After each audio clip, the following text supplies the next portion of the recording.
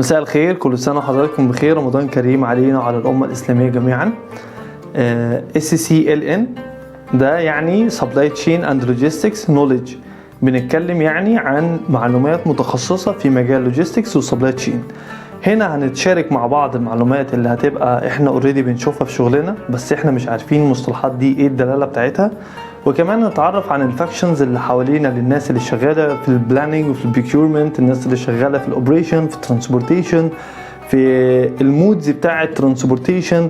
هنعمل كده خلطة نتكلم منها عن النولج بتاعة المجال نفسه، عشان تبقى وانت شغال قادر تحط شغلك في فريم ورك، ولما يبقى في كلام تبقى انت اوريدي فاهم اللي بيتقال ده عبارة عن ايه. تمام. من الاول خالص احنا هنتكلم في الاول على شوية حاجات كده ممكن نسميها Logistical and Supply Chain Overview.